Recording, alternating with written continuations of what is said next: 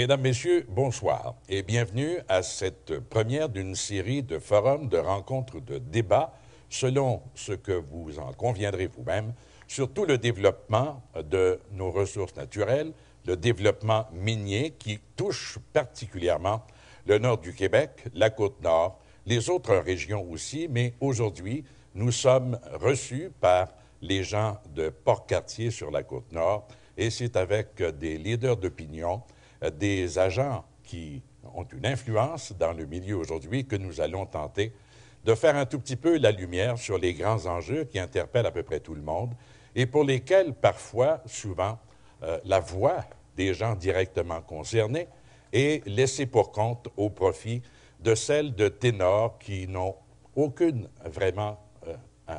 commune mesure avec l'expertise, l'expérience et l'arrimage que nos invités ici à Port-Cartier ont dans leur communauté.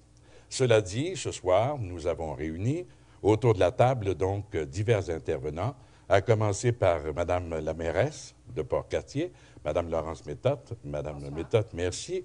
D'autres personnes que vous allez connaître au fil des 60 prochaines minutes, au cours desquelles nous allons tenter justement de faire la lumière sur toutes ces grandes questions qui interpellent à peu près tout le monde. On le sait, c'est dans l'opinion publique, comment dirais-je, une sorte de fer de lance pour tous les grands pronostiqueurs de l'économie québécoise.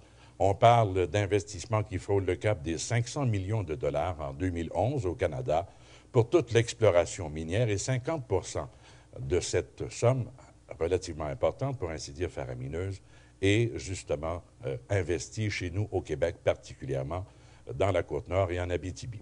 Ici, de grands projets, évidemment, risquent de déterminer l'avenir de Port-Cartier, qui a connu des périodes fastes comme des périodes de vaches maigres et qui, par contre, depuis quelques années déjà, s'est aligné sur un grand développement de grands axes stratégiques qui devraient faire de l'économie ici et également de la vie en société un exemple qui sait peut-être un véritable succès, assurément.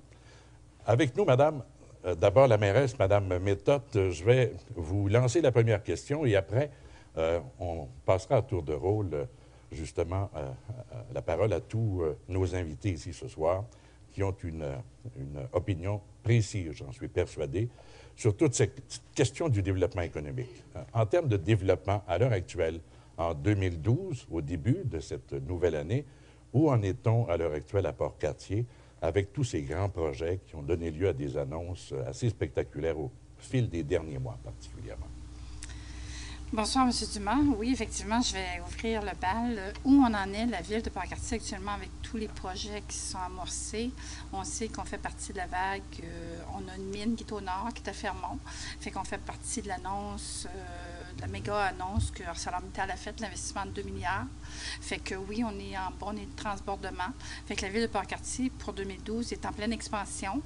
Puis, on prévoit de augmenter la population, augmenter les services, augmenter le résidentiel, augmenter tout ce qu'il peut avoir en frais de structure, d'infrastructure, tout ça est en expansion pour 2012. Ouais.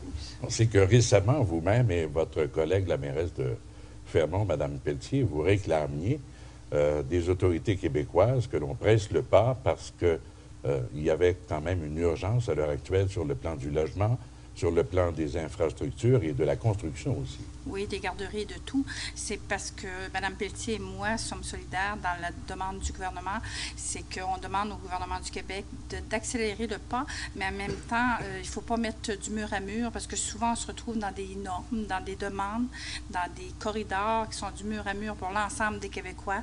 J'ai des particularités à cause des ressources naturelles comme Mme Pelletier qui fait en sorte que ces projets, ces méga-projets sont dans une expansion exponentielle où il faut aller de l'avant. Puis il faut avoir des choses pointues. Fait que Mme Pelletier, la mairesse de Fermont et la mairesse de Port-Cartier sont solidaires à dire au gouvernement du Québec, il faut vraiment trouver des façons d'arrimer des demandes pour aller, on ne veut pas aller hors normes, mais on veut accélérer le processus dans les demandes faites au gouvernement du Québec. On parle de tout ce qui a trait à l'éducation, on parle de ce qui a trait aux services sociaux, aux garderies, on parle aux infrastructures. On a quelqu'un avec nous, monsieur est directeur d'école ici, monsieur Ferland. Monsieur Ferland, quel est l'impact que vous êtes peut-être en mesure d'identifier ou de ressentir à l'heure actuelle avec tout ce développement pour lequel, finalement, les investissements risquent de se faire attendre encore un tout petit peu. Bonsoir. Donc, il est sûr qu'actuellement, on a des plans de match pour accueillir des élèves qui pourraient se présenter dans les prochaines semaines, dans les prochaines années. Mais c'est sûr qu'au niveau des infrastructures, on est un petit peu à la limite. Là. On est conscient que s'il y avait une entrée massive d'élèves dans les 2 prochaines années, il faudrait penser à des bâtiments ou des espaces supplémentaires. Et c'est là que je rejoins un peu Mme la mairesse, parce qu'on l'expérimente actuellement à Sept-Îles, où il y a une nouvelle école qui se construit à la commission scolaire et où on voit que les embûches causées par des règles strictes de financement font que lorsqu'il y a des mesures particulières et rapides à mettre en place par le gouvernement, on voit que ça tarde beaucoup. Et on doit se réajuster rapidement. Est-ce qu'à l'heure actuelle, par contre, il y a des effets nocifs, néfastes sur la clientèle scolaire? Actuellement, non, parce que justement, probablement que le nombre de logis à Port-Cartier est un peu à son maximum. Donc, on n'a pas beaucoup de nouvelles familles qui peuvent venir s'installer à court terme, mais dans la prochaine année, avec la construction de nouvelles maisons, on s'attend que des nouvelles familles vont arriver. Et là, on va voir arriver massivement des nouveaux élèves. Donc, on s'attend peut-être au début de la prochaine année scolaire, donc fin août, début septembre, à là avoir des gens qui vont venir inscrire leurs enfants. Et c'est plus difficile puisque normalement, on prévoit les inscriptions au mois de février. Donc, on doit avoir des plans A, des plans B, des plans C pour pouvoir donner le service à tout ce monde-là. Avez-vous l'impression, à l'heure actuelle, je vais poser la question à qui voudrait bien là, y répondre instinctivement, avez-vous l'impression un tout petit peu d'être comme pris en otage par toute la lourdeur de la réglementation, de la législation, qui empêche un tout petit peu peut-être les choses d'avancer au rythme où vous le souhaitez?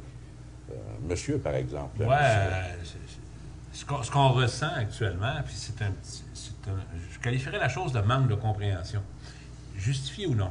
Si on regarde l'ensemble de la province de Québec, où on se parle, si on regarde le gouvernement supérieur, le gouvernement du Québec, on annonce des coupures, on a le statu quo, on a des coupures dans certains postes.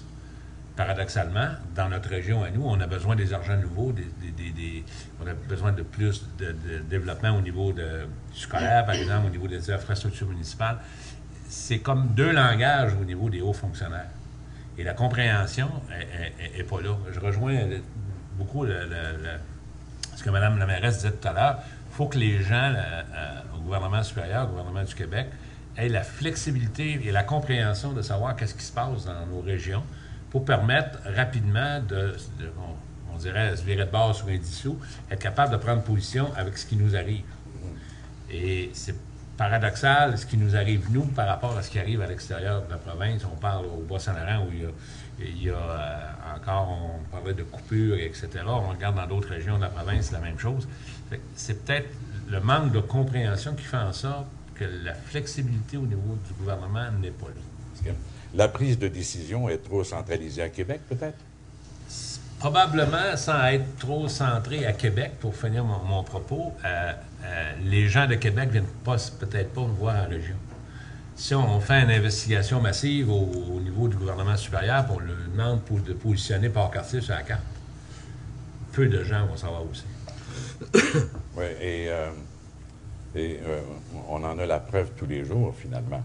Beaucoup pensent que, Port-Cartier et Fermont, Port-Cartier Sept-Îles, Port-Cartier et Dolbeau, pas Dolbeau, mais Bécomo, que c'est à côté, tout simplement, à un jet de pierre, alors que on a besoin d'infrastructures, de routes, de transport, de moyens de transport également, pour unifier tout ça. Monsieur Gignac, vous, est-ce que là-dessus, vous avez une vision un tout petit peu macroéconomique qui fait en sorte que vous êtes en mesure peut-être de témoigner à l'effet qu'il y a peut-être des effets de débordement qu'on peut ressentir ailleurs qu'à Port-Cartier dans la région? Aujourd'hui, je peux vous dire que j'aime mieux avoir la situation d'aujourd'hui avec une expansion qu'avoir une situation où est-ce que la balance du Québec sont en coupure. C'est pas le même problème. C'est sûr que il faut... La chance qu'on a à Port-Cartier, c'est qu'on a un bateau amiral qui s'appelle Arcelor. Arcelor, c'est une compagnie qui existe depuis au-dessus de 50 ans. C'est la compagnie puis on ne gêne pas pour le dire, c'est l'entreprise qui paye présentement 50% des droits miniers du Québec. Et on ne gêne pas pour le dire au gouvernement du Québec. Certains l'ont quand même, comment dirais-je, confronté, cette donnée-là. On sait qu'il y a peut-être 428 millions de dollars qui ont été versés sur une période de 2 ans au gouvernement du Québec par cela. D'autres disent, comme le mouvement peut-être pour un Québec d'une meilleure mine, parlait de 100 quelques millions, prétendait que c'était beaucoup moins. Est-ce que vous avez l'impression que c'est la réalité économique la plus précise que l'on puisse avoir de cette version-là? C'est la réalité lorsqu'on parle de ces chiffres-là, lorsqu'on parle de tout près de 200 millions par année. Ça, c'est à part des emplois, des 2500 emplois directs au Québec. C'est à part des taxes des différentes villes. On additionne tout ça, là, et on a un bateau amiral qui est excellent. Puis on est fiers de lui. Et on se sert de ce bateau amiral-là pour dire au gouvernement du Québec, on a besoin, on a des besoins et on veut les avoir. C'est sûr qu'on a un autre gros bateau qui s'appelle le gouvernement du Québec et ça ne se vire pas sur un 10 cents.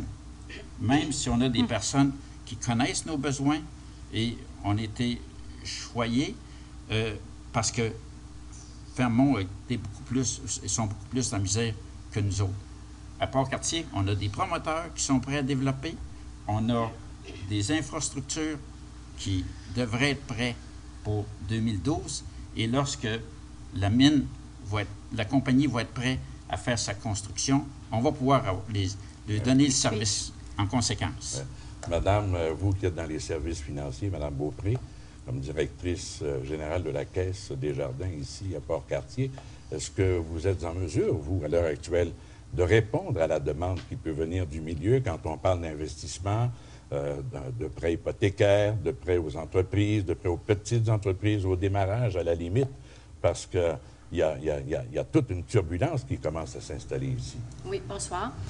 D'abord, il y a une vigueur économique qui a débuté en 2011, si on peut dire, et qui va se poursuivre en 2012, parce que notre année 2011, au niveau immobilier, a quand même été très favorable, mais on s'attend à beaucoup plus pour les prochaines années.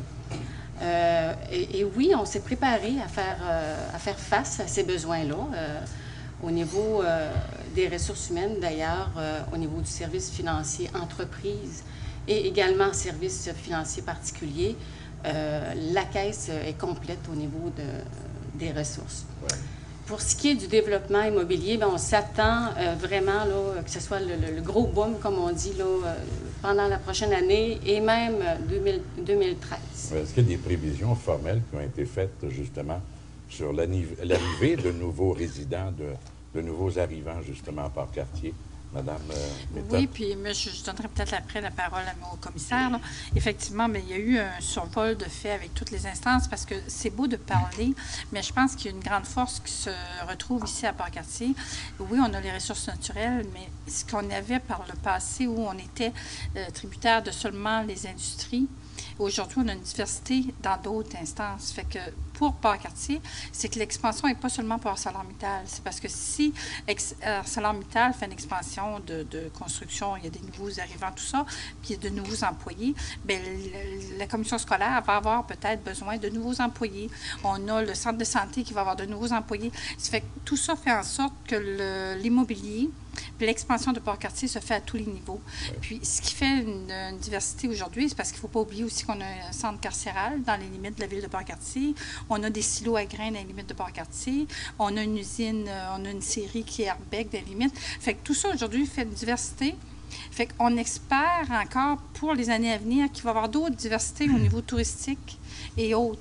Oui. Fait que pour il y a un nous, tissu économique oui, quand même assez diversifié. Qui est diversifié. Puis, je pense qu'il y a un heureux problème d'avoir une expansion, sauf que l'expansion va se faire tributaire des services qu'on a actuellement. Ça fait qu'on va suivre. Le développement va se faire, mais je pense qu'on va s'arrimer tout le monde ensemble, qu'on va pouvoir. Mais pour les statistiques, puis le portrait réel, peut-être avec le commissaire industriel, le CE, puis le CLD. Monsieur Gauthier, effectivement, vous-même, est-ce que vous êtes en mesure de répondre à la demande qui peut être la vôtre à l'heure actuelle, alors que contrairement à bien d'autres de vos homologues dans d'autres régions du Québec, vous avez peut-être justement une manne qui se présente plutôt que de courir après des projets à la pièce? Vous savez, dans le contexte qu'on vit actuellement, c'est exceptionnel. Quand on parle de 2,1 milliards de dollars, c'est 2100 millions. Pour essayer d'imaginer ça, c'est pas si évident. Quand on parle de 2,1 millions, on vient qu'on le perd. Et là, au niveau mondial, il y a une fenêtre d'opportunité qui va durer 2, 3, 5 ans. On s'attend que ces investissements massifs-là vont nous permettre de nous donner un horizon d'une vingtaine d'années devant nous, 20, 25 ans. Quand les compagnies de cette envergure-là investissent, c'est pour le long terme. Concernant Port-Cartier, Mme la mairesse l'a dit, ça a un effet multiplicateur. Dans la prochaine année, on s'attend à avoir entre 300 et 400 nouvelles adresses. Donc, des blocs appartements devraient apparaître, de l'unifamilial, avec les services reliés à ça. On travaille à la base au niveau des CPE. On a des projets de CPE, on a un projet de développement plus touristique. Donc, ça l'effet multiplicateur. Honnêtement, présentement, on en a plus qu'on est capable de livrer. Oui. Mais comme je vous dis, c'est un beau problème. C'est un beau problème. On le dit aux autorités politiques, mais c'est des problèmes quand même qu'il faut résoudre au fur et à mesure. Et c'est tout un défi. Oui. Donc, on parlait pour les écoles, c'est l'intégration aussi des nouveaux. On s'aperçoit qu'il y a un phénomène qui est intéressant pour nous, pour notre région.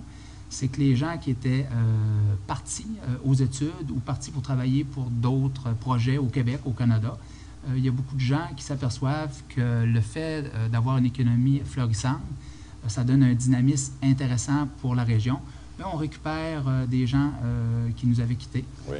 Est-ce que ça fait partie justement des espoirs? Je vais poser la question à je ne sais qui voudrait y répondre. Peut-être vous, monsieur, qui êtes un jeune entrepreneur. Est-ce que ça fait partie justement des espoirs collectifs que le fait de réaliser qu'on pourrait garder nos jeunes, la force montante et l'avenir de la région et l'avenir du Québec ici en région plutôt que de la voir fuir vers les grands centres? Je vous dirais que je peux être un bon témoin de ça parce que j'ai beaucoup d'amis justement qui étaient partis à l'école en dehors qui sont revenus ici, travailler en région, dans les mines, dans les usines qui fonctionnent présentement. Puis en tant qu'entrepreneur, j'ai jamais eu une banque de CV aussi bien garnie qu'à ce moment. J'ai beaucoup de noms et c'est facile de choisir. Beaucoup de monde veut venir s'installer à Port-Cartier. Oui, vous êtes dans le domaine de la construction. Construction aussi, beaucoup le secteur minier. Oui. Ouais. Est-ce qu'à l'heure actuelle, votre entreprise suit la courbe de la croissance qui s'installe dans la région ou si vous êtes encore en attente peut-être de périodes, comment dirais-je, de plus grande croissance? Non, je vous dirais qu'on était assez proactifs là-dedans. On a démarré une nouvelle entreprise il y a une couple de mois avec des partenaires dans des hauts pour être capable de subvenir justement à la demande des compagnies qui nous envoient des appels d'offres pour pas manquer la demande, si on veut, pour être prêt juste à temps. Oui. Sur le plan de l'emploi, vous, M. Tanguay, qui êtes au syndicat des métallos ici à Port-Cartier, à l'usine de bouletage, si je ne m'abuse, est-ce que les nouveaux emplois sont à la hauteur des attentes qui ont été créées au cours des derniers 10 mois, par exemple? Bien, pour l'instant, les nouveaux emplois pour l'usine de bouletage à Port-Cartier, pour l'instant, on est encore au statu quo. C'est bien sûr que quand Arcelor parle d'augmenter la production de 14 millions de tonnes à 24 millions de tonnes, c'est bien sûr qu'à un moment donné, on va avoir l'impact de ça, probablement cette année ou l'an prochain. Nous, notre position en tant que syndicat, c'est bien sûr qu'on est bien content de voir de la croissance puis de la création d'emplois puis de voir nos jeunes revenir. On est les plus grands fervents de ça. Mais il y a aussi un point aussi qu'on aime bien défendre, la direction québécoise du syndicat des métallos, les autres dont je fais partie, on est là-dedans, c'est la transformation aussi. C'est un point qui semble être oublié un petit peu là, pour l'instant. Expliquez-vous davantage pour que les gens à il y a l'antenne une première puissent comprendre. transformation et une deuxième transformation au lieu de shipper à l'état brut ou des choses comme ça. Présentement, il y a un projet d'agrandissement d'usine ou d'une nouvelle ligne de production qui est encore à l'étape de l'étude de faisabilité. C'est bien sûr que nous autres, s'il reste ça, en plus du transport du matériel, ça serait économiquement très, très rentable et viable. Rentable et viable, autant pour la ville que pour tout le monde. Ouais. parlerait de création d'emplois encore plus pour la ville. Vous parlez à ce moment-là de produits à valeur ajoutée, d'usines de Non, fabrication? de bouletage. Puis s'il y en a qui peuvent se permettre de... Moi, j'appelle pas ça rêver, j'appelle ça être près de la réalité, mais on peut-tu parler d'autres transformations, que ça soit une aciérie ou quelque chose à long terme, je ne sais pas. Mais pour l'instant, oui, ça répond à nos attentes au niveau des emplois. Je vais poser la question à tout le monde aussi, et à vous-même, M. Tanguay. Le prix du fer, en l'occurrence, il est quand même stable. Il a même augmenté l'an passé, je pense, de 111 %. Est-ce que vous avez l'impression que c'est une tendance qui va se maintenir et qui va garantir, justement, le niveau des investissements qui a été annoncé? Bon, moi je ne suis pas économiste, là, mais je peux vous dire que c'est très plaisant de travailler pour quelqu'un où ce que ça rapporte. C'est très plaisant, c'est très facile. C'est plus facile, c'est pas très facile. C'est plus jovial à discuter.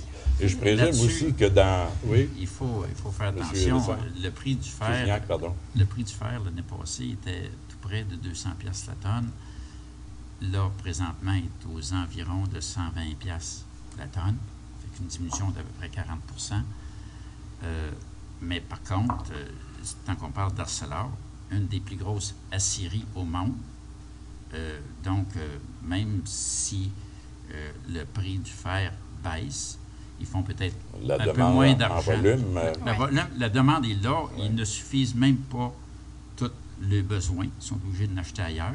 Et s'ils font un peu moins d'argent à l'extraction de la mine, ils en font un peu plus aux aciéries à ce moment-là. Ouais. Alors, l'un dans l'autre, ça s'équivaut. Arcelor, justement, a fait des ventes de 78 milliards de dollars l'an passé. On comprend aisément pour ceux qui n'ont pas vraiment de connaissance avec cette réalité-là et qui sont à l'écoute aujourd'hui, on comprend que c'est une entreprise qui est vraiment majeure et qui a, comment dirais-je, un effet déterminant sur l'économie d'une région comme la Côte-Nord. Je vais vous demander, vous qui êtes secrétaire trésorier de Port-Cartier, justement, l'assiette fiscale dans tout ça, j'imagine que ça laisse entrevoir peut-être un développement prometteur aussi de ce côté. C'est sûr qu'en tant que pour le budget, bon, on fonctionne avec un contrôle des dépenses rigoureux. Il faut chercher des nouvelles sources de financement, ainsi de suite. On a limité notre taux de taxe à une augmentation de 3,5 %. De l'autre côté, le développement, ça demande des nouveaux emplois à la ville, dont un ingénieur, un électricien, une personne au permis. Donc, on a des dépenses qui augmentent, une richesse fiscale qui augmente aussi. On maintient le taux de taxe. De l'autre côté, il y a toutes sortes de contraintes qu'il faut respecter, comme la loi sur la fiscalité municipale, la loi des cités et villes.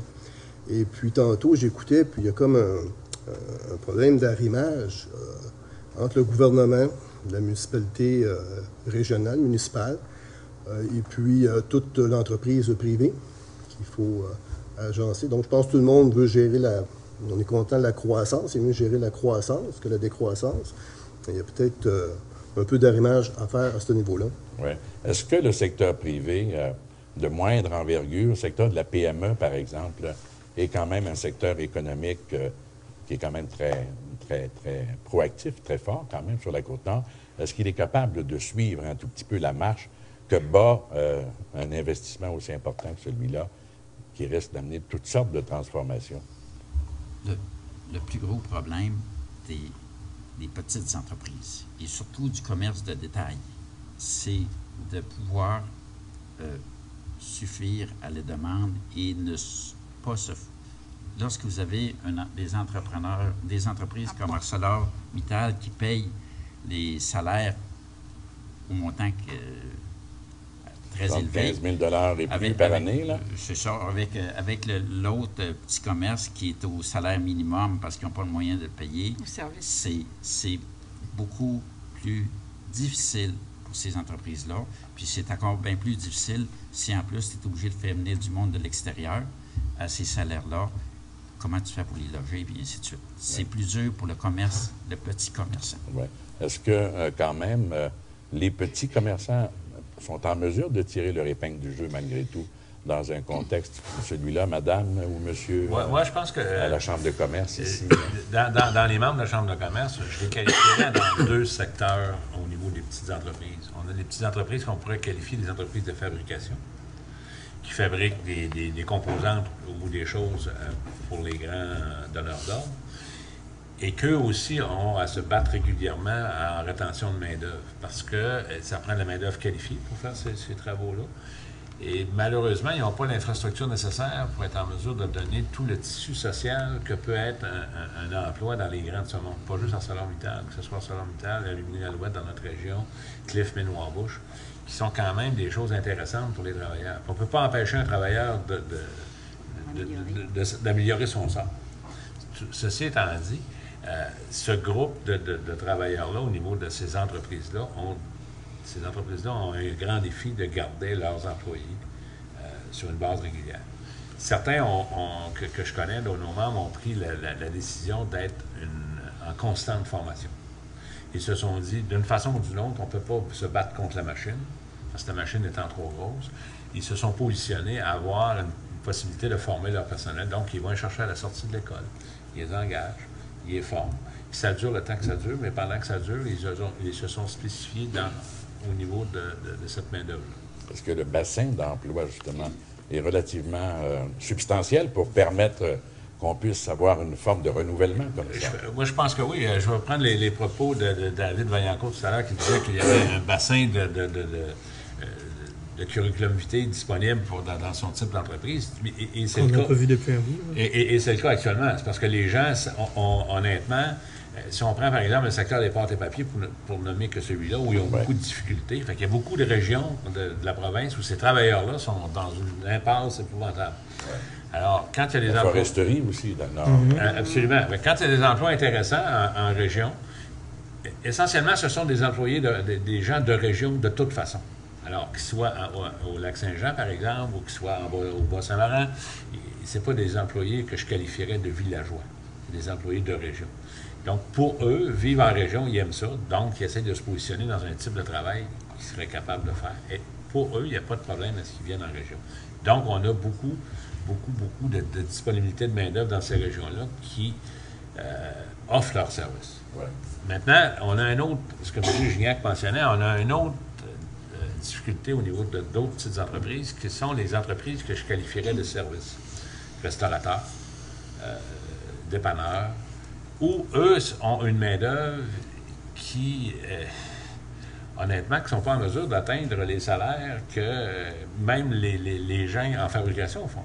Ouais. On parle des secteurs mous de l'économie. Absolument. Alors, eux ont le défi d'être obligés de chercher du personnel de façon constante. Et certains ont commencé à regarder d'une façon très proche l'immigration pour être en mesure d'être capable de combler leurs besoins de main-d'œuvre. C'est un phénomène qui est quand même relativement fragmentaire, l'immigration, sur la Côte-Nord, comme dans l'ensemble des régions du Québec. Mais est-ce que c'est une avenue, par exemple, intéressante pour vous, Madame la mairesse, pour diversifier, finalement, je pense que oui, c'est une avenue intéressante. Puis, je dis tout le temps, c'est une belle tapisserie parce que, je veux dire, la Port-Cartier est en train de se colorer avec l'immigration. Il y a des gens qui viennent un peu tout partout. Mais en même temps, quand j'écoute ça, il y a d'autres choses qui me viennent à l'idée.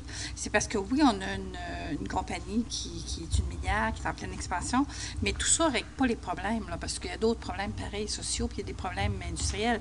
Parce qu'en forêt, je veux dire, les problèmes sont là, puis on a 200 travailleurs qui travaillent pour une compagnie ici à Arbeck. Fait que ces travailleurs-là sont vraiment saisonniers. Fait que ça amène... Il y a d'autres choses. Autant que l'économie est bonne, autant il ne faut pas oublier qu'il y a une tranche de la société, je veux dire, qui n'est pas mieux nantie, là, parce que la forêt, c'est pas mieux.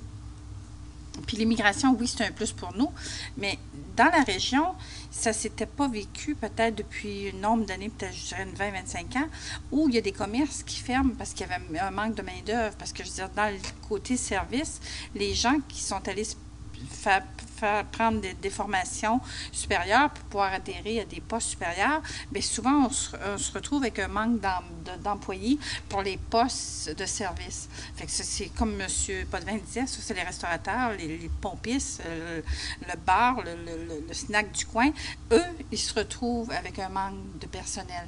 Fait que c'est de là que l'immigration va venir combler, parce que ces gens-là sont prêts à venir travailler, ils ont besoin de travailler, ça fait qu'ils sont prêts. Et à s'intégrer. À s'intégrer. Fait qu'il ne faut pas oublier non plus qu'il va toujours avoir des problèmes pareils, parce que même si j'ai une minière qui est en pleine expansion, j'ai un autre industriel qui est en forêt qui, lui, en arrache. Oui. Vous, monsieur, un tout petit peu silencieux depuis le tout début de notre rencontre ce soir, monsieur Thibault, quelle est votre opinion sur le fait de cette pression-là qui peut s'installer en raison de la présence d'une industrie qui est en forte croissance et d'autres qui risquent de claudiquer un tout petit peu puis d'être boiteuses? Moi, ma crainte là-dedans, c'est de créer deux niveaux de société. Les pauvres et les riches. C'est l'écart entre les deux qui va être dangereux là-dedans. C'est ça, il va falloir faire attention. Qu'est-ce que vous voulez dire exactement avec ça? Les logements. Là, actuellement, on parle beaucoup de logements. On parle de maisons à 350 400 000. On parle même jusqu'à 800 000. On parle de logements à 1 200 à 1 500 $ par mois. À un moment donné, là, les bien nantis, que je fais partie parce que je travaille pour Arcelor, vont avoir le moyen de rester dans ces logements-là. Mais les autres, là, où est-ce que c'est qu'ils vont rester, ce monde-là, qui travaille à faible revenu? Oui, c'est ça qu'il va falloir faire attention. Il y a des statistiques il y a quelques jours qui disaient que les maisons étaient beaucoup plus chères à Port-Cartier qu'à Montréal. Il va falloir mettre en place un système, puis il va falloir qu'il y ait une volonté aussi de monter des projets pour avoir des loyers à prix modique.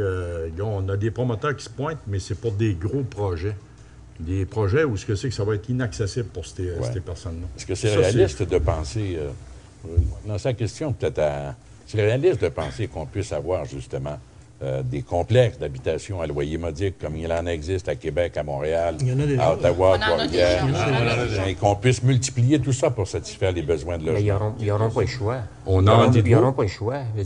Parce que, comme M. Thibault disait, la personne qui travaille dans un petit commerce, pas au salaire qu'ils peuvent avoir dans une grosse industrie, il n'y a pas moyen de payer la maison à 300 000, même à 200 000. Faut qu'il demeure à quelque part. C'est sûr qu'il va falloir qu'il y ait plus de logements avec un aide pour ces personnes-là. Le loyer qui va passer de 600 $ à 800 puis à 1 000 $ par mois, il ne gagne pas plus cher, lui-là. Dans 5 ans, il n'aura pas la chance de faire 10 $ de plus de l'heure. L'équité sociale, est-ce que c'est un enjeu pour vous qui êtes aux commandes soit de la ville ou d'organismes socio-économiques ou encore d'institutions? Madame la mairesse, allez-y donc là-dessus. Ben oui. Et Madame Beaupré, après pour nous, c'est une préoccupation parce que, comme élus, on représente la population. Fait que moi, je dis tout le temps, je vais être là pour le plus pauvre des plus pauvres parce que je suis une fille de région, je viens d'une famille très humble, puis je vais toujours être là pour le plus démuni, le plus faible, parce que lui, il a besoin de moi. Celui qui est autonome, qui est bien nanti, puis qui travaille, puis qui roule, il n'a pas besoin de moi comme tel. Mais le moins nanti, lui, il en a besoin, parce qu'il n'est peut-être pas là en avant pour venir défendre ses droits puis se faire valoir. Je vais toujours être là pour lui, mais il ne faut jamais oublier que dans notre société, même si on est en pleine expansion, il va toujours avoir des gens moins nantis, puis qu'il va falloir accompagner. Fait qu'il faut faire attention dans notre développement pour ne pas que ces gens-là viennent encore être plus pénalisés à cause de l'expansion. C'est pas une sorte d'aveu d'échec, ça, Madame la mairesse? Non, c'est pas un aveu d'échec. Il faut juste faire attention de garder un équilibre dans tout ça, de ne pas oublier tous les sphères de la société, ne pas seulement axer sur l'expansion et les industriels qui sont majeurs. M. Thibault, vous aviez quelque chose à ajouter? Oui, dans mes mandats à la ville de Port-Cartier, je siège sur le conseil d'administration de l'OMH, l'Office municipal d'habitation. Puis, c'est certain que c'est quelque chose qui me sensibilise beaucoup aux besoins des moins bien nantis. On en a déjà à l'heure actuelle des logements pour ces personnes-là, mais on en manque. C'est pour ça que avant d'arriver à la ville de Port-Cartier, c'était quelque chose qui m'était complètement inconnu. Puis ça. Mais aujourd'hui, là, je suis plus sensible à tout ça. Puis il y a encore du monde qui travaille à 10 $ de l'heure, puis il y en a qui travaillent à 35 $ de l'heure aussi. Là. Puis le monde à 10 $ de l'heure, il faut qu'il se lâche à quelque part aussi. Puis les retraités. Ces gens-là, est-ce qu'ils s'expriment ou ils sont de cette majorité silencieuse dont on parle si souvent? C'est une majorité silencieuse. Monsieur, je pense que c'est une majorité silencieuse. Pour faire du service en ville avec mon entreprise, on va dans ces places-là puis c'est du monde en tout cas, qu'on ne croise pas beaucoup en ville, qui restent dans les loyers modiques, ces choses-là, ou même les personnes âgées, comme M. Thibault parle aussi. Si on veut garder nos retraités en place aussi pour faire virer l'économie, ben, il va falloir penser à construire des logements pour ces personnes-là aussi. Citoyen de seconde zone, en somme. Non, mais vous dites, en le disant, vous m'avez allumé autre chose. Là. Ces gens-là, vous dites une population silencieuse. Là, mais il ne faut pas oublier, moi, je ne connais pas personne qui est moins nantie puis qui va se promener dans la rue. Hey, je suis pauvre, puis j'ai besoin d'aide, j'ai besoin de ci. Ces gens-là sont assez humbles et modestes pour dire je vais m'organiser puis je vais essayer de m'en sortir tout seul. Fait qu'ils prennent les ressources, mais souvent, nous, on est. Il n'y a pas un matin, je me dis, bien, chanceuse, moi, je suis capable de me lever, de m'exprimer, puis de dire ce que je ressens, tout ça. Mais il y a des gens qui ne le feront pas, monsieur. Puis il y a des gens, je veux dire, qui ont besoin. Ils ont besoin d'être représentés par tous ces gens-là. Là. On représente notre communauté. Je veux dire, on a tous des volets, on a tous des amis, on a tous des connaissances qui ont besoin de nous, puis je pense qu'on en fait partie. Ouais. Mais il ne faut jamais oublier cet équilibre-là. Puis moi, je veux dire, tant et aussi longtemps que je vais me lever le matin, puis je vais être fière de représenter tous les sphères de la société dans lesquelles je vis, je vais être heureuse. Mais si jamais je m'écarte, là, j'espère qu'on va me ramener à l'eau. Mais vous savez... Oui.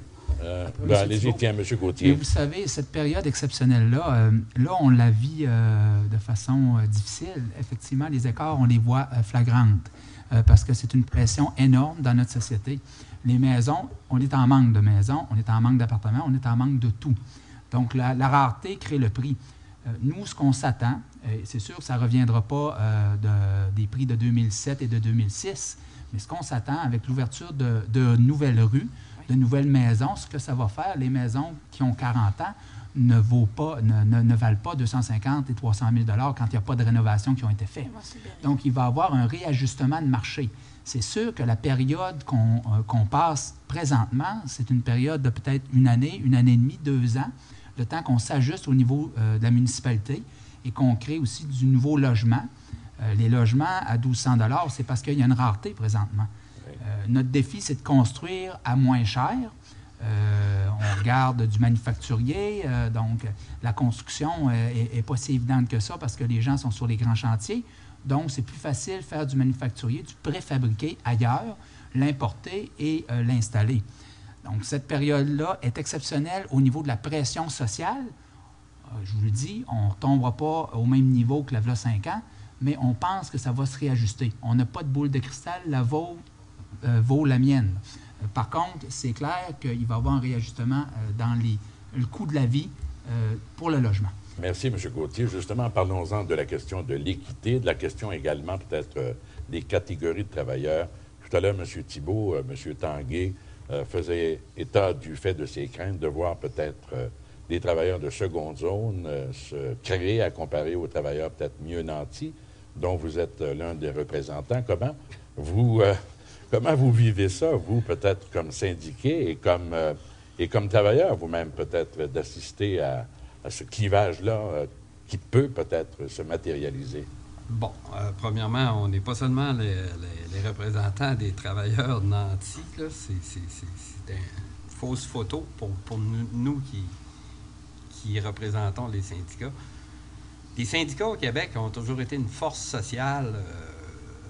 On n'a pas besoin on a toujours été à la défense des basses classes, des travailleurs, comme vous dites, les moins bien nantis. On a toujours été à la défense de ces gens-là. Là. C'est pas nouveau, puis on va continuer notre rôle social au travers de tous les instruments qui peuvent être fournis dans la société. Ça, c'est clair. Mais quand on dit que les travailleurs chez Arcelor, comme dans l'ensemble de l'industrie minière, sont des gens qui peuvent avoir des traitements annuels, qui peuvent partir de 75 000 à 100, 125, 140, 150 000 $ parfois pour des conducteurs de 150 tonnes, avec peut-être des heures supplémentaires. Comment vous pouvez justement justifier ça par rapport à d'autres types d'emplois qui ne sont peut-être pas tout aussi rémunérateurs? Comment qu'on peut justifier ça? Premièrement, quand on parle de 150 000 ou 140 000 ou 130 000, écoutez, là, il y a des heures là, qui sont faites à l'arrière de ça. C'est pas à 40 heures semaine que tu vas conduire un camion que tu vas gagner 150 000. Il y a beaucoup d'heures. Donc, la balloune qu'on peut voir à 120, 130, 140, 150, Car si on la ramène toute à temps simple, d'un horaire normal, on va parler de 70, 75. Ça, c'est ça. À cette heure, pour nous comparer avec d'autres, bon, là, c'est... écoutez, on ne pourra pas nous reprocher d'essayer d'avoir les meilleures conditions de travail pour les travailleurs qu'on représente. Le but, c'est d'avoir ça. Après ça, je vais dire, comme M. Gauthier, bien, le reste va suivre. Il va y avoir une période d'ajustement.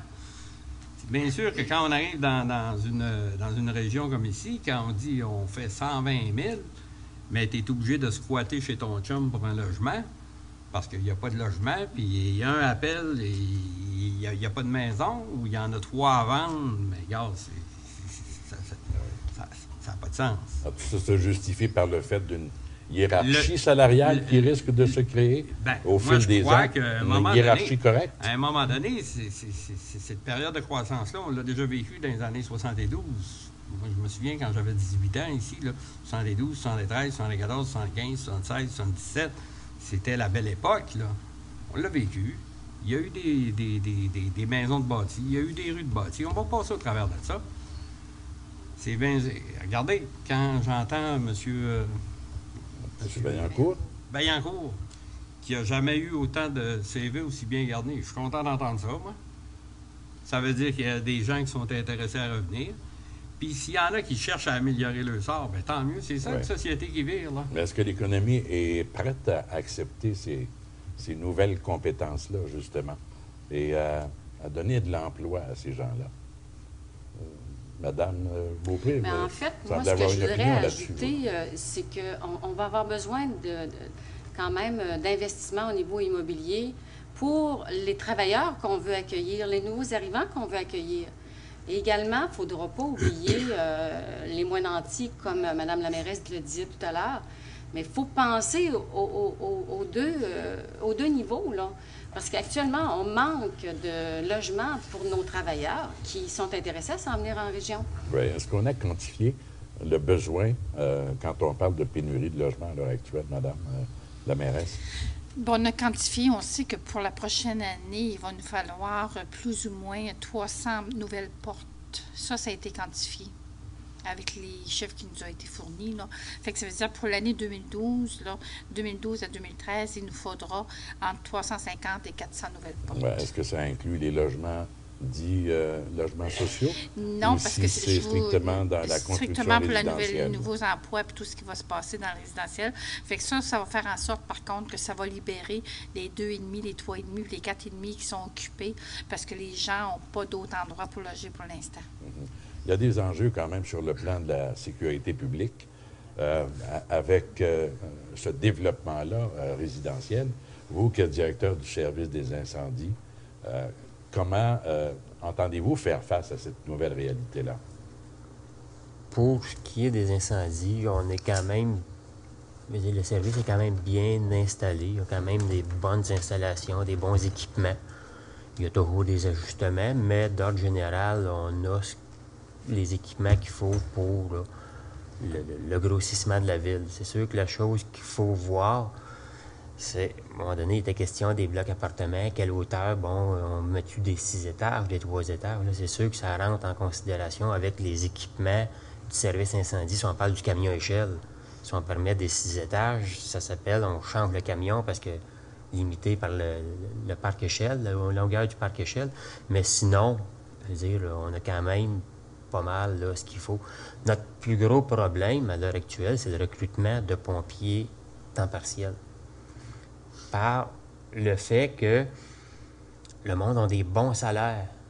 Puis le monde, je veux dire, nos pompiers temps partiel, ils font leurs 40 heures à l'usine, puis on leur demande de venir faire 10 heures, 20 heures de plus, en plus de leurs 40 heures, au service des incendies. Puis la problématique, c'est que la majorité du monde qui ont des bons salaires, bien, le gars qui fait 80 000, il faut qu'il ait vraiment une passion de faire du pompier pour aller faire 20 heures de plus après son 40 heures à l'usine, là.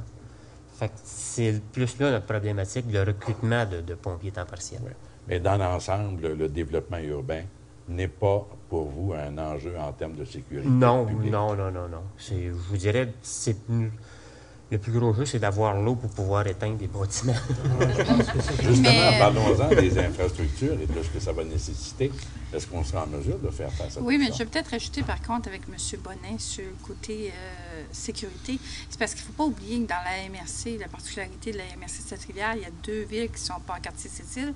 Puis il y a déjà un schéma de couverture de risque qui donne une force aussi à M.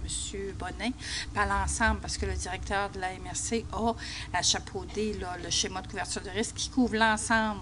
Fait que quelle que soit la ville, dans les 2 villes qui prennent l'expansion, il y a toujours cet arrimage-là au schéma de couverture de risque. Puis après ça, vous vouliez revenir aux infrastructures? Ben oui, sur la question des infrastructures, est-ce qu'on aura justement la capacité de répondre aux besoins? Bien, quand vous nous entendez dans les médias, la mairesse de Port-Cartier puis de Fermont, c'est parce qu'on a des besoins en infrastructure.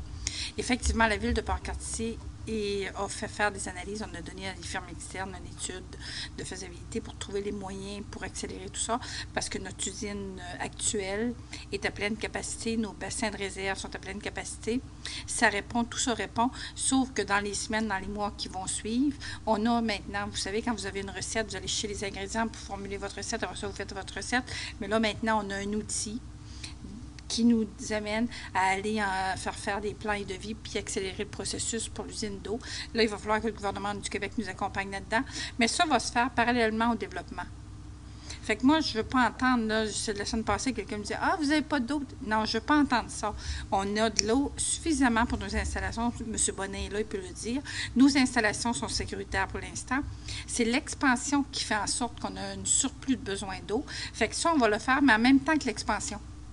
Fait que si un promoteur de matin veut arriver à Port-Cartier et dire « Bien, moi, je veux faire 400 unités de logement », bien, il va pouvoir le faire parce que tout ça va s'arriver en même temps. Le temps qu'il construit, nous, on va développer et on va faire aussi la construction. Est-ce qu'il y a des demandes ou des approches de cette nature-là venant de constructeurs ou de promoteurs, justement? Oui, il y a des promoteurs dans la carte de visite. Il y a des promoteurs qui sont actuellement installés, qui sont venus de l'extérieur, qui sont installés. Il y a des promoteurs locaux, puis il y a des promoteurs en pleine expansion qui sont en train embryonnaires à mettre des projets, à étudier les projets pour réaliser. Ils rencontrent nos services parce qu'il faut rencontrer l'urbanisme, la ville, tout ça. Puis tout ça suit son cours. Oui, il y a une pression forcément qui s'installe dans la société port-cartoise avec tout ça. Ce que ça risque aussi d'engendrer une autre question, un autre enjeu de sécurité publique, justement d'engendrer un taux de criminalité qui est peut-être absent ou relativement faible à l'heure actuelle. Est-ce que vous ne craignez pas ça? Je me sens pas... Je veux dire, moi, je travaille avec la sécurité publique. On a la Sûreté du Québec qui est ici en région. On a un comité de sécurité publique où il y a des élus.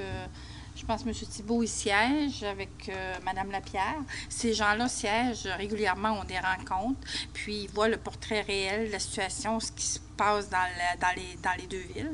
Puis quand il y a des problèmes pointus, bien, M. Thibault est à même de les emmener au comité de sécurité publique avec Mme Lapierre.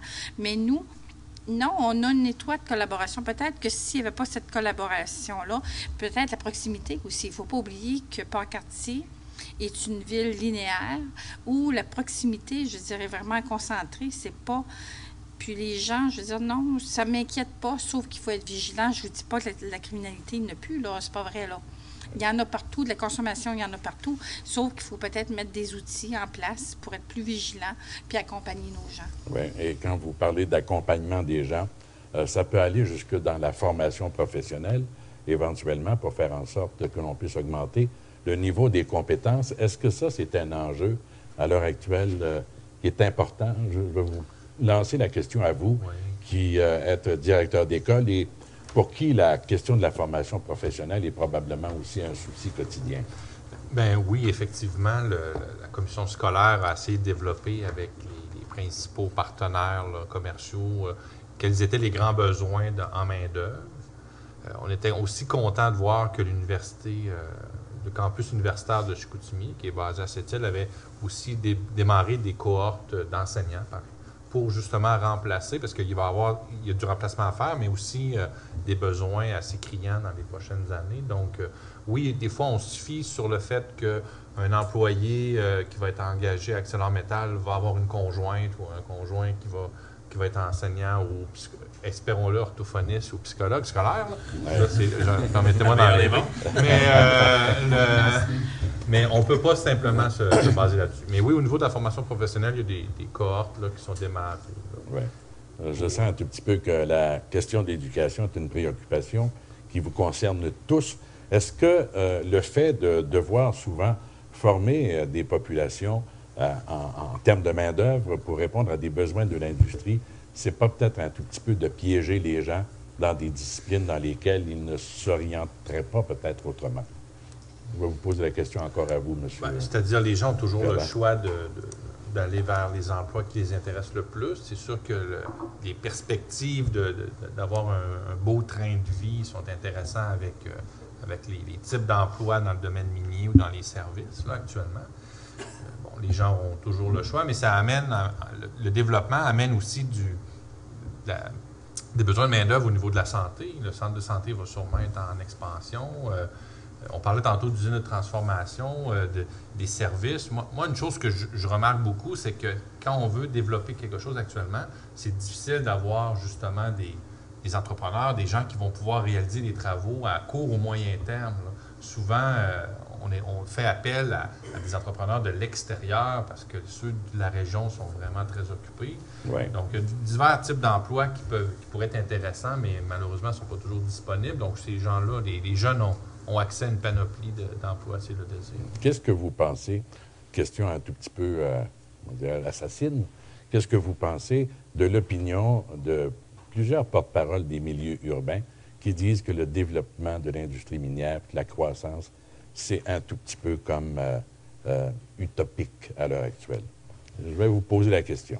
Les gens du plateau Mont-Royal, à Montréal, ont des opinions sur l'industrie, le développement de l'industrie minière, alors que souvent, ils n'en ont aucune conscience, vraiment. Je vous pose la question comme ça, ouvertement. Je dis à ces gens-là qui devraient sortir de l'île. Moi, j'ai sorti de la région de Québec il y a 25 ans pour venir m'établir à Port-Cartier. Okay? J'ai adopté Port-Cartier. C'est sûr que si tu ne connais pas d'autre chose que le plateau à Montréal, ça serait bon d'aller de connaître le Québec et le nord du 49e. Ouais. Vous, Monsieur Potvin, vous semblez trouver ça très amusant. C'est toujours... j'aime l'utopie dans ça parce que, évidemment, les gens qui restent sur l'île de Montréal, tu leur demandes où est Laval, ils ont de la difficulté à se situer. Alors, si on leur demande de situer une région comme Port-Cartier ou une région comme la Côte-Nord, c'est ça qui me fait sourire. C'est parce que l'opinion générale des gens dans des milieux urbains, généralement, pensent qu'en l'extérieur de l'urbanisation, tout arrête. Et tout ce qu'ils ont leur est dû. Moi, je m'amuse souvent à dire ceci, compte tenu du fait que l'hydroélectricité est faite sur la Côte-Nord, si on s'imagine qu'on a un breaker sur la route 138, puis on ferme le breaker, on serait surpris de savoir que là, ils sauraient où est le breaker. Est-ce que, de la même manière, vous avez l'impression que la perception des milieux un tout petit peu plus urbains quant au développement durable est aussi une perception un tout petit peu fausse par rapport à ce que vous avez comme vision vous-même du développement durable quand on parle d'une croissance comme celle que vous connaissez? Madame Méthode. C'est parce que quand j'entends ça, puis je me rappelle à un moment donné, il y avait eu un artiste qui était venu ici à Port-Cartier, puis on parlait des rivières qui allaient pêcher, tout ça. Puis je lui disais, quand tu vas retourner à Montréal, puis tu vas arriver à ton condo, tu vas allumer ton air climatisé, tu vas allumer ton confort, tout ça, puis sans même penser que ton électricité vient de la Côte-Nord, des barrages et tout. Mais la seule chose, c'est que quand toi, tu viens en vacances, tu voudrais être seul sur la rivière, parce que c'est une rivière qui est vierge, qui t'appartient, puis avoir les plus gros poissons, vous montrer des belles photos. Mais qui ne connaît pas mieux la région que les gens qui l'habitent? Ça, je pense que les gens des grands centres oublient. On l'habite, cette région-là. Je veux dire, c'est chez nous que ça se passe. Le développement durable, tout ce qui peut concerner le développement de notre région, on y tient. On ne veut pas vivre non plus dans une région où on n'a pas une qualité de vie qui se démarque comparativement aux autres. On ne veut pas faire du développement n'importe où, n'importe comment. On veut garder ça aussi. On est conscient que c'est chez nous que ça se passe. Fait qu'on la veut, cette qualité de vie-là. Puis les gens, je pense, des fois, ils oublient qu'on on sait bien les mines. Non. On est préoccupé à tous les niveaux, monsieur. Soyez assurés que pour les gens de région, je pense que c'est ça. Quand on va dans les villes-centres, pour nous, c'est jamais loin. Mais quand on leur dit, venez faire un tour, hey, c'est bien trop loin, c'est pas nous qui sommes loin, c'est eux qui sont loin de la nature, qui sont loin des richesses qu'on peut avoir ici en région. Tout dépend des points de vue, forcément. Hein? Est-ce qu'il y a une concurrence, par contre, qui s'installe et qui risque un petit peu de miner peut-être la qualité des relations entre votre ville jumelle, ou à peu près, passez-moi l'expression, entre Sept-Îles et Port-Cartier? Est-ce qu'il y a une concurrence? Vous qui êtes dans le développement économique, est-ce que vous ressentez ça? Ce qu'on peut vous dire avec le paquet de projets qu'on a présentement, on n'est pas en concurrence, on essaie de s'aider. Et on travaille des projets conjointement. Et ça nous réussit, je vous dirais, depuis 20 ans. Sur les projets qu'on s'entend, on travaille ensemble. Et ceux qu'on est plus spécifiques, on travaille chacun de notre côté. Moi, je vous dirais qu'au niveau du pôle qui est Port-Cartier et Sept-Îles, c'est très intéressant. On a 6 grandes entreprises de classe mondiale. Quand vous me parliez tout à l'heure, quand on disait que les employés sont un peu piégés, nous, on voit ça d'un autre œil parce qu'on a des gens qui travaillent sur les 5 continents présentement. On paraît être bien loin en forêt et très isolé. On peut vous dire que ça se promène en Chine, en Asie, en Amérique du Sud, aux États-Unis. Donc, le rayonnement de la Côte-Nord, depuis le début, nous, on est à l'exportation. Ça fait 100 ans qu'on existe. S'il n'y avait pas eu l'exportation, on n'existerait pas. Donc, le cloisonnement que certaines personnes voient, nous, on ne le voit pas. Puis, au niveau de la concurrence, je peux vous dire qu'on a tout un défi. C'est d'essayer de mettre en phase les projets qui nous sont présentés. Et on en a parlé tout à l'heure. Décider ceux qui sont acceptables et ceux qui sont un petit peu plus difficiles à développer. Oui, parlons-en justement. Vous évoquez ce qu'on appelle l'acceptabilité sociale. Ce concept-là, est-ce que c'est une réalité qui est intégrée finalement dans vos pratiques administratives, dans vos pratiques d'affaires? Oui, bien, je vais répondre oui, mais en même temps, je vais encore ajouter sur ce que M. Gauthier a dit.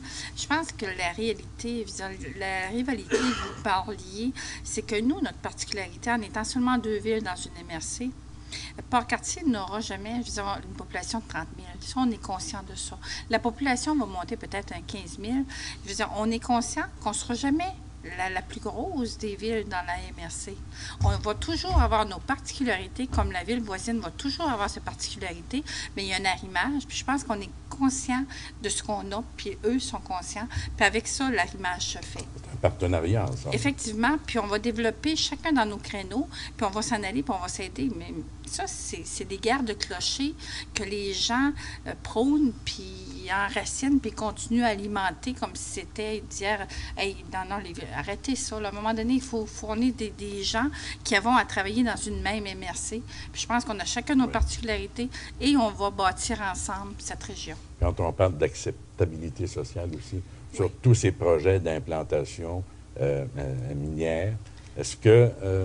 c'est à tous les niveaux, ça. C'est à tous les niveaux. Ça se pratique, cette tendance à vouloir aller consulter, à vouloir se conformer aux désirs des communautés. Mais je pense qu'il y a 50 ans passés, 60 ans passés, les gens arrivaient, puis claignent, puis on s'installe, puis clic.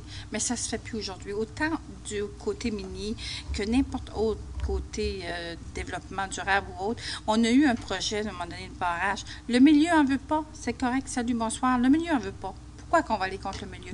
Si c'est un autre développement d'autres structures ou d'autres mines ou un autre, je sais pas, développement durable ou autre, le milieu, je pense que ça leur appartient. Quand je vous dis qu'on est les mieux placés pour savoir ce qui est bon pour nous, je veux dire, on y vit dans cette région. On n'est pas pour hypothéquer notre avenir. Fait que quand les gens se positionnent en disant, pour nous, c'est l'acceptabilité sociale, elle est là, on accepte un projet donné, puis les gens vont. Mais si les gens se manifestent, disent, bien, pour nous, c'est pas admissible, c'est pas acceptable, bien là, je pense qu'il faut avoir le respect du milieu parce qu'on a à y vivre encore pour des années. Est-ce que ce développement minier-là peut aller de pair avec le développement de l'offre touristique, par exemple? Oui. On a certains projets en développement. On peut vous dire que les minières de ce monde nous écoutent présentement. Et ils s'aperçoivent qu'ils pourraient en obtenir aussi des bénéfices. Il s'agit de les nourrir parce que dans les temps qui passent, ils sont beaucoup concentrés sur l'expansion. Par contre, quand on amène des projets le moindrement intéressants, où la minière, par exemple, peut tirer profit, oui, ça peut être intéressant. Vous savez, juste la voie ferrée, Port-Cartier-Fermont, c'est 420 km d'endroits qui sont sauvages. Donc, c'est des sites naturels exceptionnels où on y passe avec une voie ferrée. Donc, oui, il y a moyen de mixer les deux, l'industrie et le développement touristique. Vous savez, une compagnie, à partir du moment où ça fait du sens, ils analysent ça à même titre qu'un projet d'investissement. Oui. Donc, il peut y avoir plusieurs axes de développement. Oui. C'est pas strictement le minier. Le minier, ici, non. alors. Non, il y a D'autres choses au point de vue tourisme, on a une ville exceptionnelle pour ça. On a une rivière à saumon en plein cœur de la ville, sur laquelle ils montent au-dessus de 1500 saumons par année. Puis nous autres, c'est des vrais parce qu'on est obligé de les compter toutes les fois. Là. Ils font un voyage en véhicule pour les monter plus haut, pour monter la chute. En plus, on a un parc, une réserve faunique Port-Cartier-Sept-Îles, sur laquelle il n'y a pas de problème pour avoir le quota de truites et c'est pas des 6 pouces de long. Oui. Donc, il y a moyen d'attirer des clientèles touristiques continentales et même probablement européennes. Est-ce qu'il y a des marchés qui ont été ciblés, justement, pour éventuellement être en mesure de satisfaire ces objectifs-là de développement touristique? Mais on a un projet dans la MRC, quand on parle du parc La Réserve faunique Port-Cartier-Sept-Îles, on a un projet qui est majeur à l'heure actuelle, c'est un parc national. Quand on parle de parcs nationaux au Canada, il y a beaucoup de gens de l'étranger qui viennent au Canada pour aller visiter nos parcs nationaux. Fait que nous, on a ici la possibilité, on est dans les cartes du gouvernement du Québec, on a demandé en 2004 d'avoir un parc national avec la réserve faunique Port-Cartier-Sept-Îles. Puis à l'heure actuelle, là, on est au mois de janvier 2012, on espère qu'au printemps 2012, on va avoir une affirmation comme quoi on va pouvoir atteindre l'objectif de décréter un parc national au Québec. Puis on est dans le processus, fait que la journée où on pourra vous annoncer, M. Dumont, Port-Cartier maintenant son parc national avec la réserve faunique Port-Cartier-Sept-Îles, bien ça veut dire que c'est un autre créneau qui s'ajoute dans notre carte. Oui. Est-ce que ça peut faire partie finalement des objectifs du plan Nord aussi? Oui. Oui, parce qu'il doit y avoir des parcs nationaux de créer dans le plan Nord. Mais nous, on a commencé cette démarche-là avant le plan Nord. Fait que c'est vraiment une démarche qui peut se concrétiser parallèlement au plan Nord, mais c'est au printemps parce que là, on est déjà dans la machine. Oui. Le plan Nord, c'est justement un projet dont on parle de plus en plus. Le gouvernement de M. Charest en fait une promotion à tout crin, ça va de soi. Ça inspire beaucoup de développeurs, mais ça suscite également beaucoup de craintes chez d'autres segments de la population qui semblent voir là peut-être une sorte d'écran de fumée, finalement. Qu'est-ce que vous pouvez en penser, vous, de cette multiplicité d'opinions qu'il peut y avoir?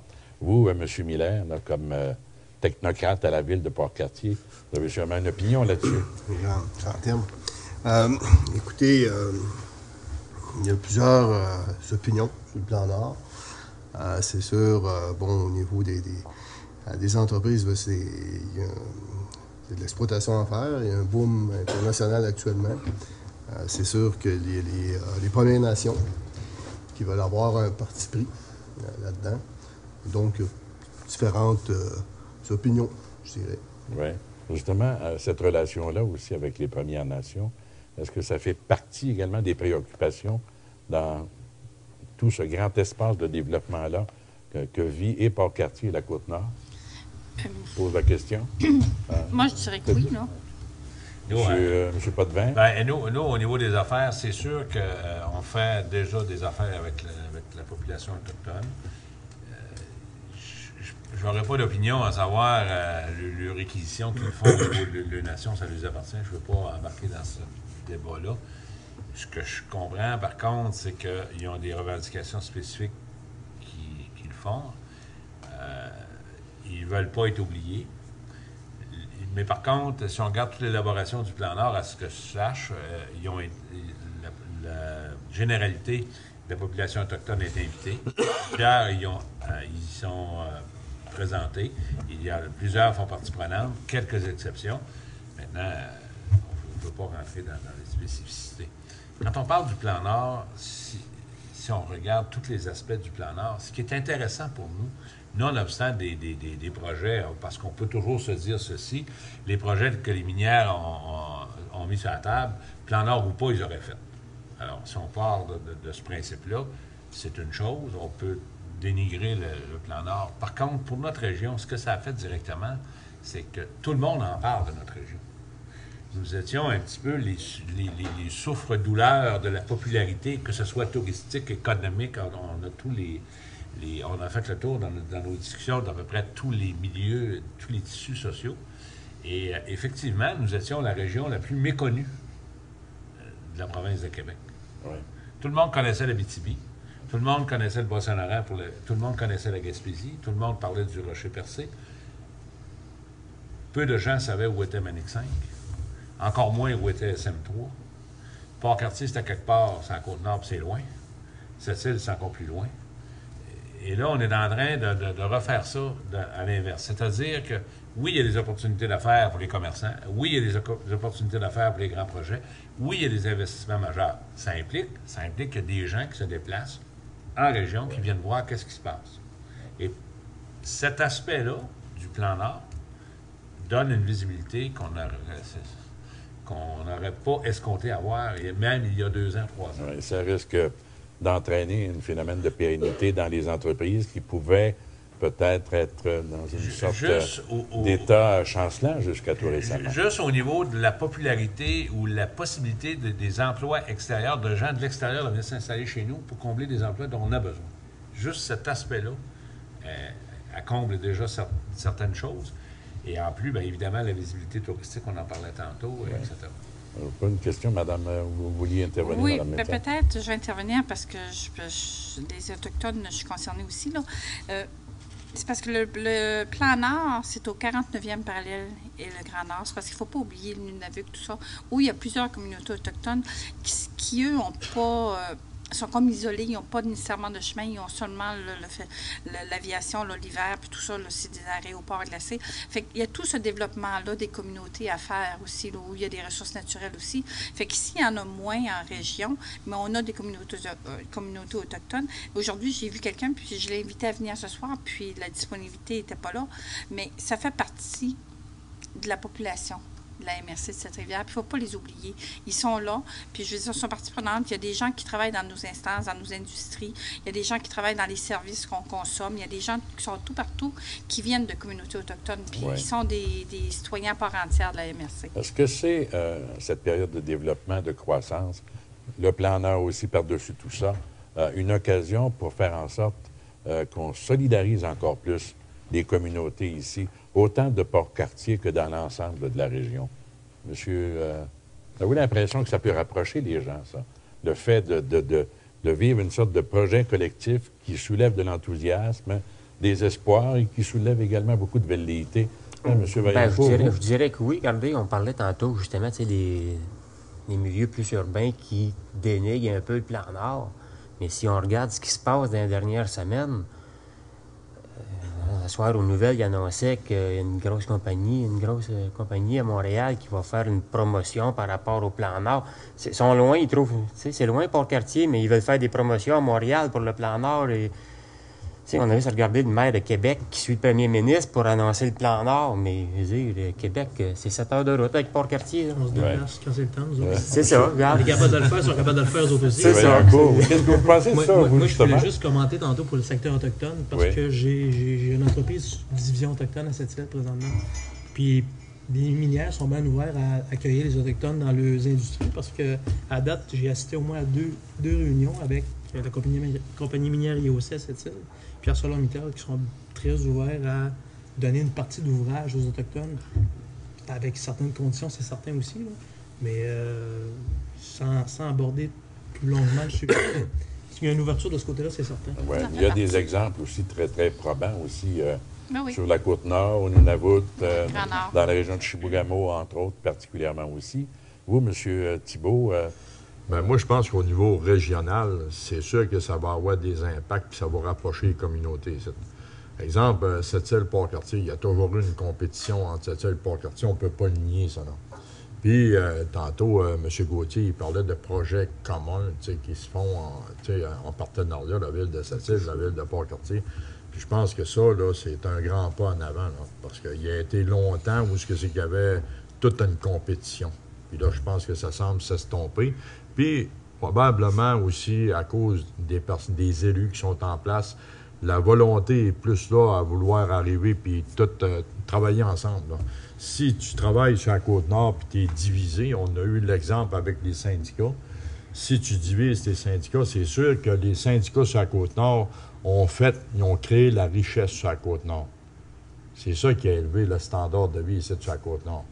Puis le target aujourd'hui des autres entreprises qui viennent s'installer sur la Côte-Nord, c'est les minières. Exemple, Alouette.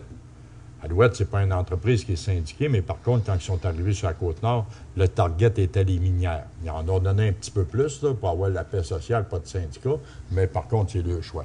Mais par contre, ça a contribué à la richesse de la C'est sûr qu'on est d'accord, mais on pourrait syndiquer Alouette aussi. Blague à part, là. Oui. Est-ce que c'est une nouvelle forme de solidarité sociale qui est en train de se créer, de s'installer, et qui risque de composer un modèle qui pourrait être exportable? Je pense à une autre région qui est, depuis des lunes, considérée comme un parent pauvre, la Gaspésie, par exemple.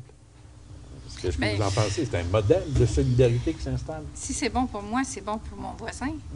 Je veux dire, moi, la rivalité, si j'ai du développement qui se fait aux limites, dans les limites de la ville de Port-Cartier, Sept-Îles va en profiter. Si Sept-Îles fait du développement dans son périmètre, Port-Cartier va en profiter. Puis, la même chose pour Fermont, parce que Fermont, c'est un lien direct avec Port-Cartier. Je veux dire, on a le même industriel Port-Cartier-Fermont.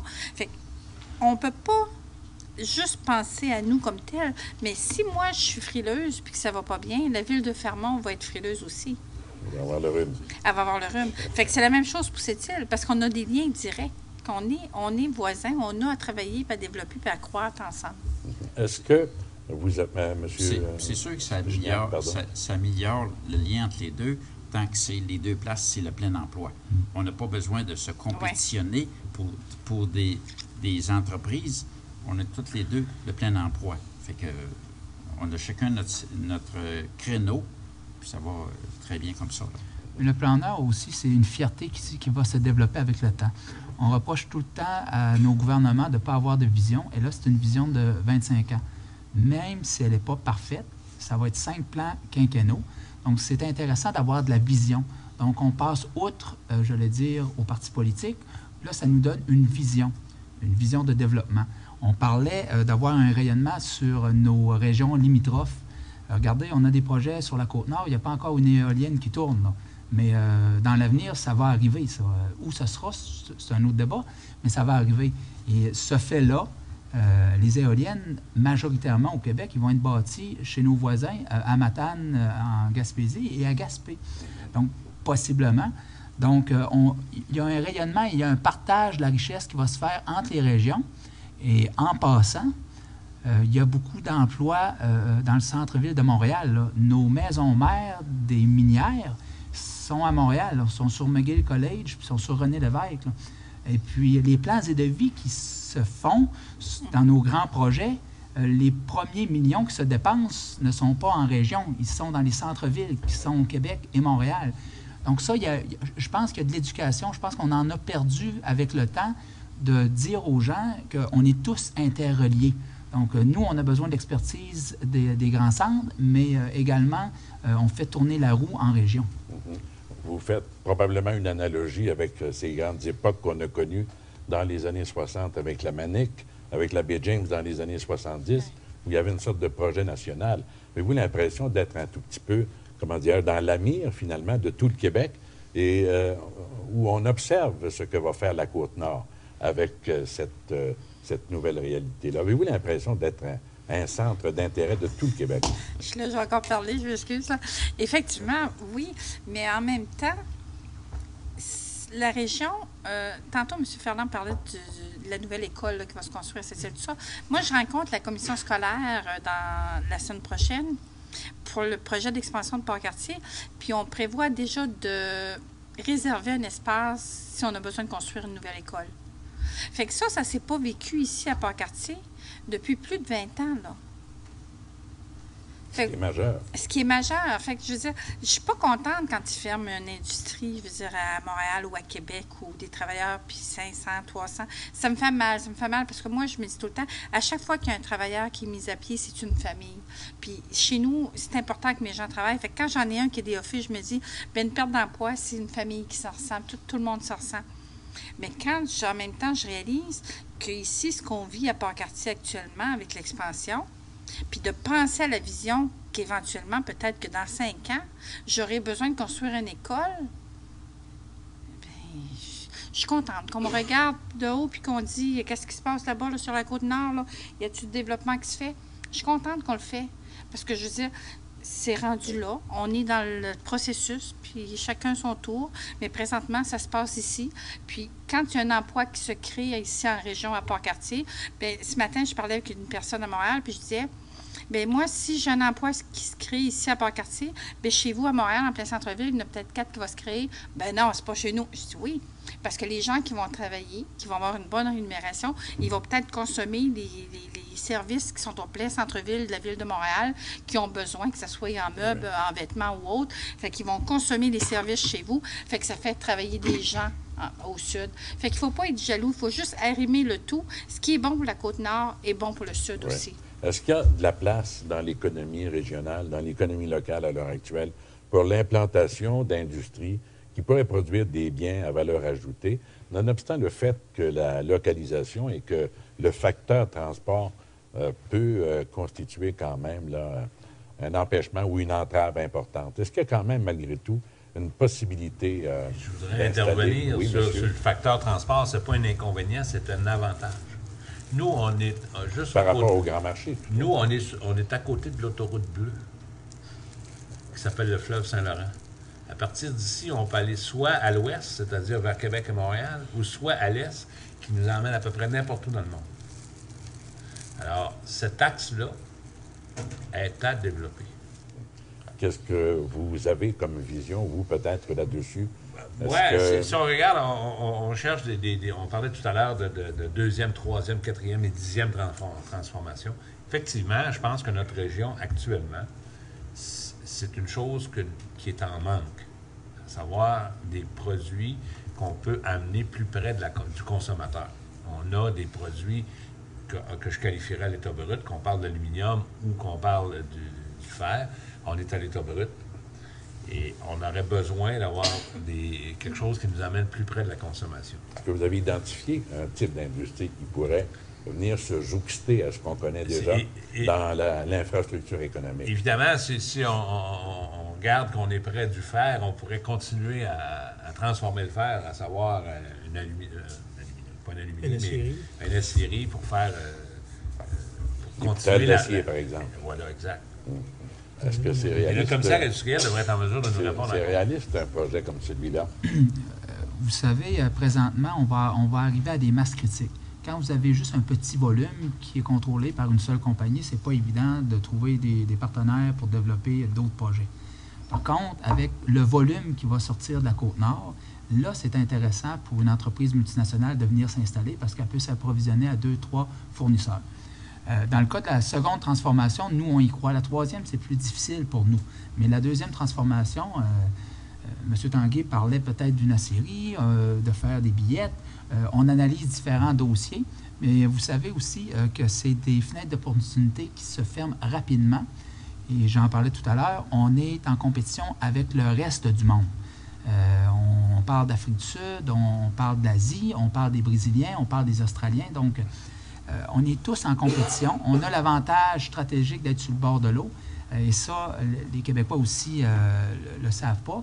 On accueille les plus gros bateaux de ce monde. Et la prochaine génération de bateaux, les China-Max, ça va être entre 300 000 et 400 000 tonnes. Pour faire une image, à Montréal, c'est des laquais, c'est 30 000 tonnes. Donc, ça va être 10 fois plus gros la grosseur des bateaux qu'on va accueillir dans une autre génération que ceux qui passent sur le fleuve et la voie maritime du Saint-Laurent. Donc, oui, il y a des potentiels. Oui, on en développe. Mais vous savez, c'est des projets de très longue haleine. Et les projets qu'on essaye de rentrer dans une grappe industrielle, il y a beaucoup de travail à faire et il faut compter ça en nombre d'années. Ouais. Donc, on a espoir, en travaillant avec les gens d'Investissement Québec, le gouvernement du Québec, Hydro-Québec, de pouvoir développer de nouveaux projets. Est-ce que, en définitive, outre l'investissement majeur consenti par Arcelor, les 2,3 milliards dont on parle depuis déjà un certain temps, est-ce qu'il y a d'autres investissements, sans être à la hauteur de celui-là, qui sont quand même très significatifs et qui dénotent des signes qui pourront permettre de penser que des projets pourraient être porteurs aussi dans la région, et à Port-Cartier en l'occurrence? Mais dans la région, c'est sûr, on a une panoplie de projets. Il y en a qui vont se réaliser, il y en a d'autres qui vont être ralentis par le contexte mondial. On est garant au niveau du financement international, donc vous voyez qu'est-ce qui se passe avec l'Europe. Donc, le timing est bon présentement. Est-ce qu'il sera dans 6 mois, dans 1 an? On ne le sait pas. Mais oui, on a suffisamment de projets pour espérer qu'il y en a quelques-uns qui vont se réaliser. On parle beaucoup des mines, mais la forêt, nous, on n'a pas baissé les bras pour la forêt. On est dans un massif forestier intéressant et puis on essaie de développer des projets novateurs. Donc, il faut arrêter de faire de la pâte, comme on faisait déjà à Port-Cartier, du papier journal de plus en plus difficile au niveau nord-américain. Donc, il faut trouver de nouveaux créneaux. Mais on a différents projets sur la table à dessin, puis on croit honnêtement il va y avoir quelques projets qui vont se réaliser. On le souhaite en tout cas. Et parlant de souhait, je vais vous demander à tour de rôle, en terminant, en quelques secondes, de nous dire quelle peut être la nature du vœu qui peut être le vôtre par rapport au développement de la région et par rapport à la vie ici à Port-Cartier. Je vais commencer par vous, M. Tanguay. C'est que toutes les couches de la société s'arriment. Autrement dit, que les riches s'arriment avec les pauvres et qu'on fasse du développement logique, rapide, et que tout aboutisse dans les plus brefs délais, dans les 1 an, 2 ans maximum. Une meilleure distribution de la richesse. Meilleure distribution de la richesse. On peut jouer au Robin des Bois. Monsieur Gauthier. On a espoir de gérer l'expansion sans voir de retour de cette expansion-là dans 2-3 ans. Donc, il faut travailler intelligemment, d'accepter certains concepts et puis de ne pas vivre des booms, des villes champignons et puis après ça, diminuer.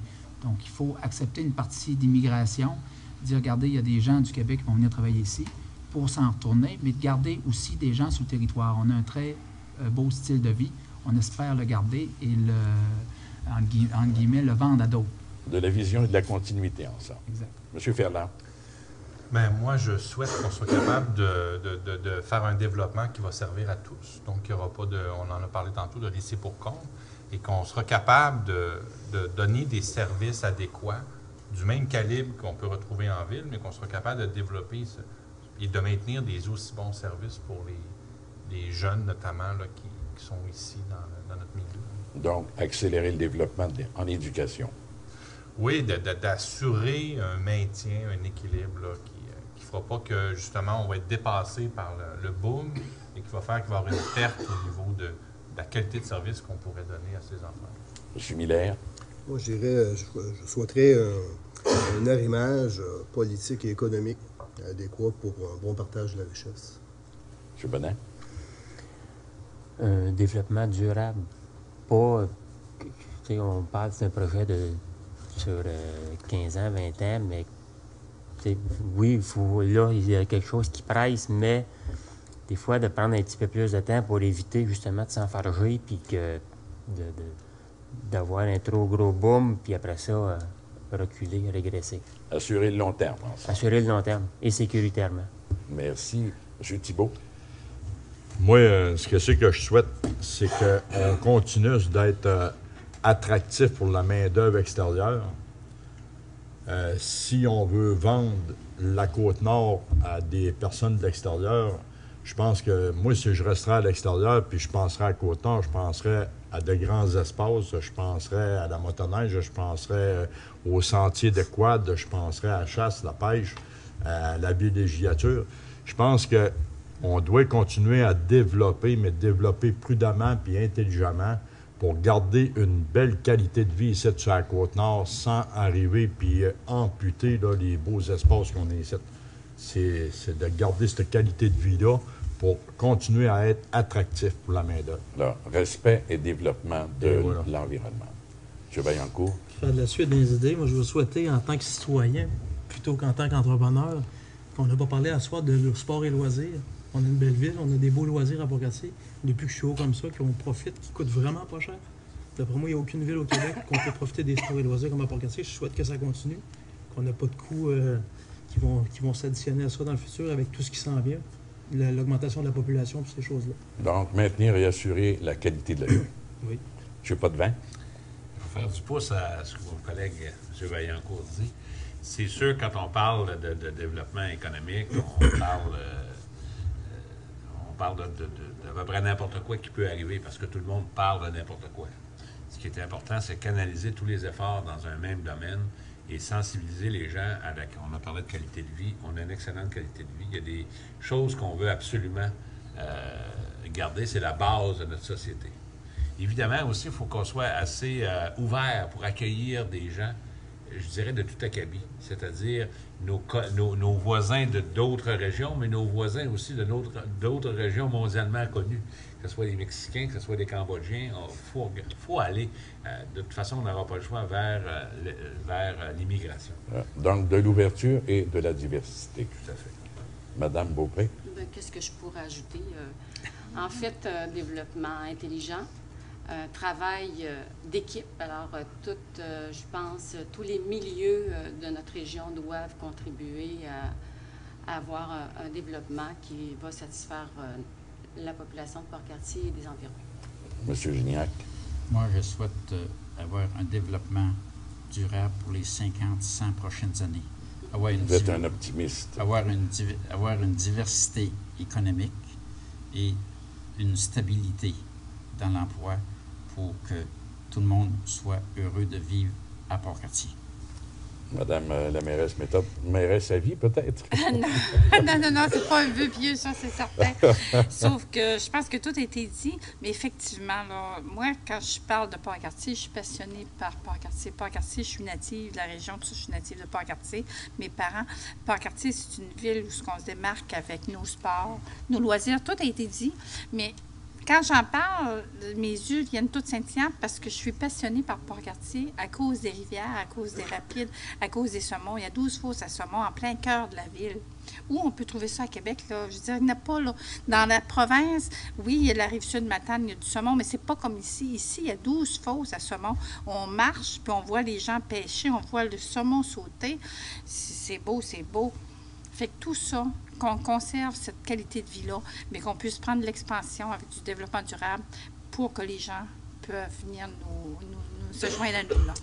Merci, Madame la mairesse. Merci à vous, Mesdames, Messieurs, d'avoir accepté notre invitation ce soir. Et merci aussi d'avoir témoigné avec autant de passion et aussi autant d'authenticité de ce que vous vivez ici, dans Port-Cartier et dans la Côte-Nord. Enfin, peut-être que nos auditoires auront le réel point de vue, le vrai point de vue et l'opinion vraiment empreinte de véracité de ceux qui vivent cette réalité-là. Alors, merci de nous avoir accueillis à Port-Cartier et j'ose croire que ceux qui vont nous écouter dans d'autres régions, comme ailleurs qu'au Québec, que ces gens-là auront tendance à venir un tout petit peu partager avec vous cet enthousiasme qui est le vôtre et pour lequel je vous remercie vivement. Alors, à la prochaine et merci d'avoir été là. Au revoir.